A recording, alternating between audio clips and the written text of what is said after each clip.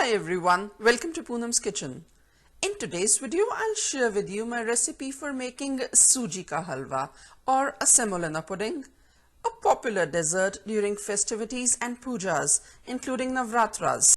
Now, I'll share with you my tips for making this halwa with lesser amount of ghee or butter, while still getting the best grainy texture and the yummiest taste. The texture you can surely see in the picture.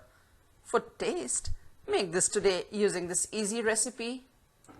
Traditionally, the way Sooji ka halwa is made, there is a very set proportion for Sooji, sugar and water and ghee. So 1 cup Sooji, 1 cup ghee, 1 cup sugar and 3 cups of water.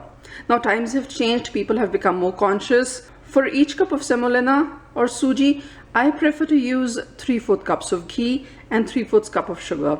To enrich the taste, I'll also use a few almonds and raisins.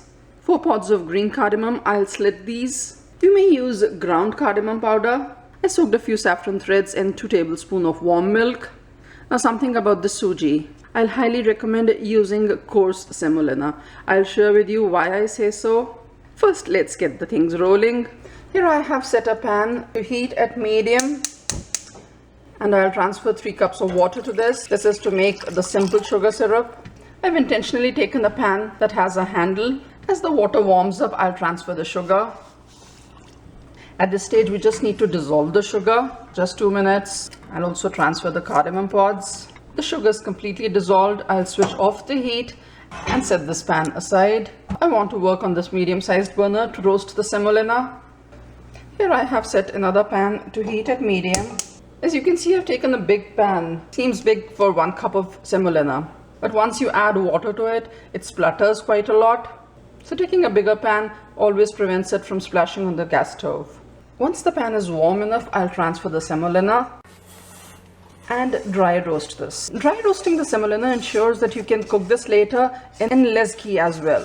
If I were to add semolina to the ghee without dry roasting it first, then it absorbs a lot of ghee and it takes quite a lot of ghee to saute the semolina. So dry roasting is always a better option. I have to dry roast this only for a few minutes. 3 to 4 minutes would be good enough. And right now I'm working at medium heat. Now, as I said, why to use coarse semolina? Semolina is essentially made by milling the wheat grain. Now, wheat essentially has a lot of starch and proteins, and these are gluten-forming proteins. There is a difference in the gluten content depending on how it is milled. The coarse semolina has less gluten as compared to the fine semolina. Now, what happens when you add water to the fine semolina? The semolina that has higher gluten content. Because of the gluten bonds, it becomes more like a paste. Whereas in halwa, we are looking for each grain to be swelled up, each grain to be full of flavor, each grain standing out. And the starch in the semolina, it absorbs water, and that is why the semolina swells up. So my preference for nice, airy, fluffy halwa is to use coarse semolina. This is dry roasted, and I'll give you a closer look to show how the texture changes when you dry roast this. I spread out a teaspoon of semolina here, and you'll be able to make out each grain. That's what happens with dry roasting. And spread out the semolina. In the center, I'll add the ghee and mix in the semolina. And now I need to roast this till it becomes a nice golden color. When the semolina is properly roasted, the whole place would be smelling divine. Even somebody standing outside your house will be able to tell that halwa is being made in your kitchen. Such aromatic is the roasted semolina, especially when it is done in ghee. Keep spreading this around so that there is even roasting. Keep tossing it. And now when you're doing this, you cannot leave the station. You have to keep working here. Otherwise, the semolina can get burnt. And continue to roast this at medium heat. You can always adjust the heat as per your burner settings. Just make sure that it doesn't get burnt and doesn't get brown too quickly. Otherwise, you don't get the flavors. And this would take a few minutes. See how the semolina has started swelling up. It's absorbing the ghee. I'll continue to roast this at medium. I'll show this to you when this is roasted completely. It's been about 12 minutes and the Sooji is now roasted well. It has started oozing out the ghee. Stage again you feel that the grains are separated, the ghee is separate because it oozes out a lot of ghee now. I slivered the almonds. I'll transfer half of them to the Sooji and save the rest for garnishing. Now it's just a matter of a few minutes. You need a nice golden shade, a little towards the brown side. The color of the halwa tends to mild down a bit after adding the water. So if it's a little darker at this stage, then it would be more apt. Now is the perfect time. It's exactly 14 minutes since I started roasting the semolina. Now you need to add water little at a time and make sure you are using a big ladle. A ladle with a big handle because this might splutter. Add some water, mix it in, add more water, mix it in. At this stage you can reduce the heat to low so that you can get enough time to mix in the water. Halfway I'll also add the saffron milk.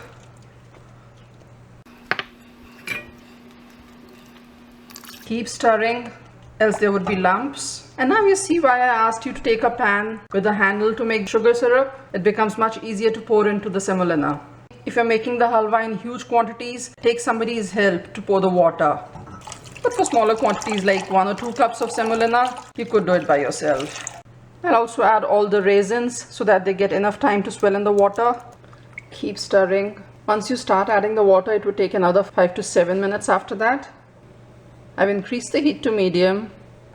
You see how the little amount of semolina has swelled up? It's because of the starches in semolina. And now you can see why I took a big pan. It started bubbling up. This is an indication that this would be done very fast now. And because of this bubbling, you don't burn your hand. That is why I ask you to use a big ladle. Right now my kitchen is smelling divine.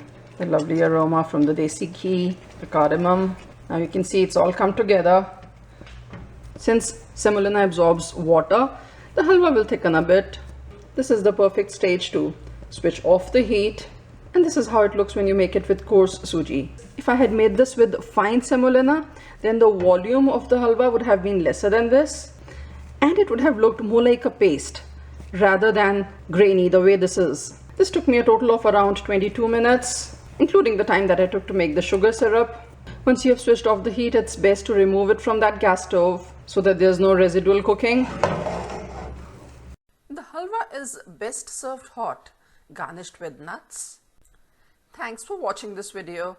Hope you liked my recipe. If you liked it, do give this video a thumbs up and subscribe to Poonam's Kitchen on YouTube.